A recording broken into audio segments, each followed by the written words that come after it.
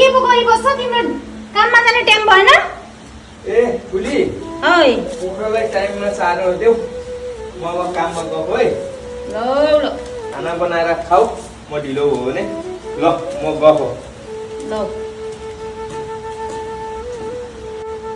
सुँगुरको मासु पायो भने यसो एक पाउ भए पनि बोकेर लिएर आऊ है ए ल ल ल ल लु जाऊ आधी किलो ल्याइदिनु न ल जाऊ जाऊ जाऊ A few minutes later.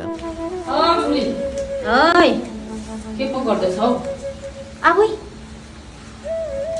भन के पो भयो पोखा सुखा बोकेर आएछौ त टाउकोमा त्यो पनि पछि जाऊ न पोखा बोकेर आइगयो त तिमी आउने मलाई पनि एक खिले बनाउनु यही भइहाल्छ दुईजनाले खानु कति साह्रो लोभ गरेको होइन हुन्छ हुन्छ हुन्छ के पो भइगयो अहिले भन्छु पहिला सुनिता सरको चाहिँ तानी जाऊँ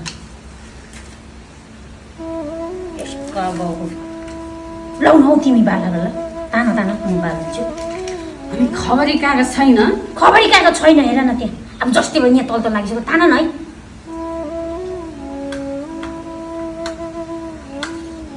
ए बर्खा लागेर हेर न यो एउटा छोड खाँदैनौ नखाऊ है यो यहाँ के भएको हो कोनी भनिजाऊ न के पो भयो अब तिमीलाई के भन्नु ठुलै त्यो सिमलको फुल के न त्यसरी उठ्थ्यो होला रातभरि मेरो मन त्यसरी उडी गयो अब फेरि के भइगयो अरे पानी परेर त्यो कहाँ त दुलो परेको थियो त्यो तिन रातभरि पानी चुहेर चुहेर चुहेर छोरीलाई यता कुनापट्टि फर्काएर सुताएर भाँडा बोकेर बसेको अम्मै अम्मै अम्मै अम्मै कति त मनमा कुरा खेलेको त्यो बाबुरामलाई सम्झिन्छु बरा बाबुराम पनि यसरी नै रातभरि भाँडा थापेर पानी चुको बसेको होला कि भन्छु फेरि होइन सुक्खा पाउनु गएको सुक्खा पाएर सुतिरहेको होला जस्तो पनि लाग्छ यो हेर न के हो यो चाहिँ अनि भन बाबुरामले मलाई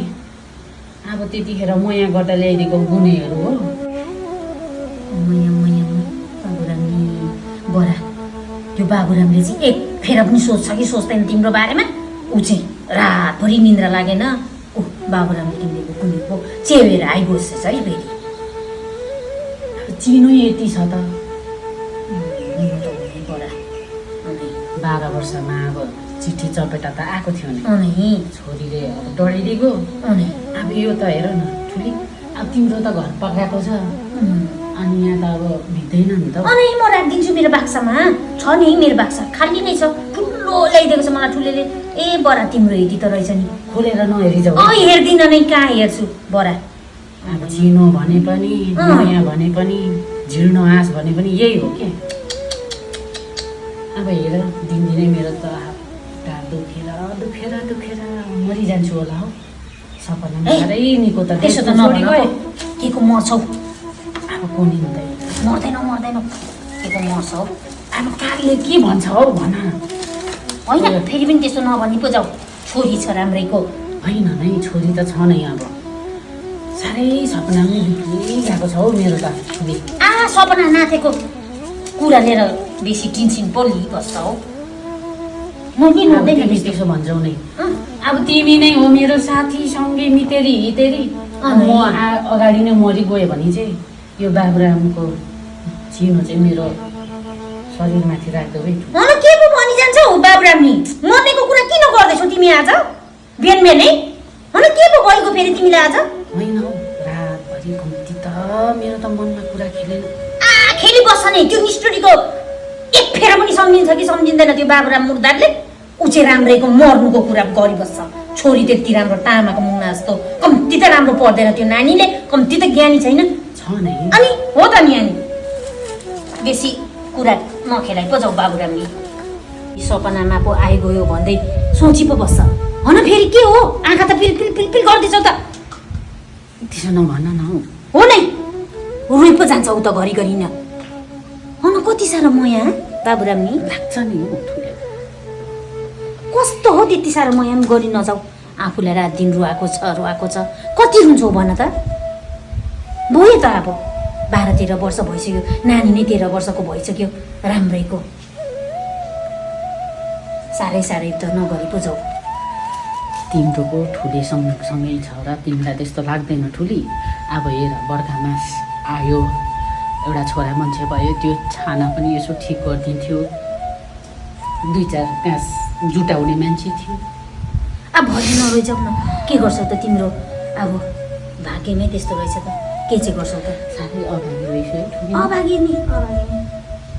तर अभागी पनि के पो भनी जानु, तिमी नै आफै त्यो बाबुरामलाई के साह्रो माया गरी टोपलेको कोनी न त भयो नरो है बाबुरामले।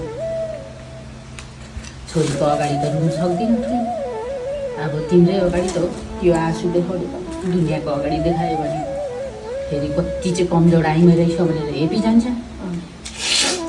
देखाउनु पनि हुँदैन, कसले पो बुझिदिन्छ हो, तिम्रै आफ्नो पोइ भनाउँदैले त बुझेन। खोइ त तिमी यति राम्री, त्यो तामाको मुना जस्तो नानी आयो त एकपल्ट फर्केर, खस्यानीलाई बिहा गरेर वर्ष्यौनी छोराछोरी पाएर बसेको छ, ऊ चाहिँ कति मजामा बसेको होला, तिमी चाहिँ अझै पनि होइन केही न केही चाहिँ गऱ्यो होला हौ त्यो आइमै। भन के पो भन्छ फेरि? त्यसलाई त केहीमा खानेकुरामा केही न केही त गऱ्यो हौ, बिगार गरे जस्तो लाग्छ हौ मलाई त ठुली। भन किन पो? दबाई त यस्तो माया गर्ने मान्छेले मलाई यसरी बिर्सिँदैन ठुलो, कति त माया गर्थ्यो है। एक लपेटा पनि लगाएन सँगमा बस्दाखेरि, कहिले त तेरो कहिले नै भनेन हौ, भनेन 2-4 रुपियाँ कमाउँछु तिम्रो र छोरीको लागि भनेरै गएको मान्छे। अनि खोइ त अब त 12-13 वर्ष भइसक्यो, नरुजाऊ। जहाँ भए पनि मेरो बाबुराम खुसीसँग बस्यो भने भइगयो मलाई। छोरा मान्छेको जात खुसी नै होला नि, दुःख भएको भए तिमीलाई सम्झेर आइपो जान्थ्यो। सुखै पाएको छ बाबुराम नि, बेसी नसोची पो जाऊ तिमी पनि। हो न आज के भयो यो सलाइलाई चाहिँ म फ्यालिदिन्छु होला, भरि निन्द्रा लागेन पनि भन्छौ के? भन तिम्रो शरीरले बाबुरामलाई खोजी गएको त होइन? के पो भनिजान्छ आधा विश्रामी हो नै अनि कति साह्रो चाहिँ माया गरी बसेको त नि अनि। अब हो नै अनि बा रातभरि पानी चाहिँ सोचिजान्छ हो, होइन नि रातभरि पानी पर्छ। अब हो नै एउटा मान्छेको शरीर भएपछि अब त्यसो नभन भो। नरिसाइजाऊ अब मेरो त के भन्नु त, हन नरोइजाऊ पो अब भयो त है छोड्देऊ। हन कुरामा तिमी के खान्छौ सोधी पनि जानु बिर्सी गएछु। यहाँ रोटी पकाएको छु, यहाँ रोटी खाऊ न, यहाँ उयो यहाँ हौ खाऊ कता सारेको राजा चियासँग खाऊ न। नखाने हौ, अरे ल्याउ न हौ खाऊ न, भयो खानु मनै छैन। त्यो मुर्दालाई रातभरि सपनामा देखेर होला। हो न यहाँ के फुल पकाइदिउँ त, यहाँ आएर न फुल छ यहाँ। के पो भइजान्छ यो टाउको बान्ने पनि, यो फुल पकाइदिउँ त। भयो खाऊ न। भयो तिमी र ठुले खाऊ। अरे खाइजाऊ न हौ, खाली खान्न। अस्ति पनि केही नखाइकन मुखैमा केही नहालिकन गयो, आज पनि ऊ रुद्दा गरेर रातभरि सुतिन भन्छ, के पो भन्छ।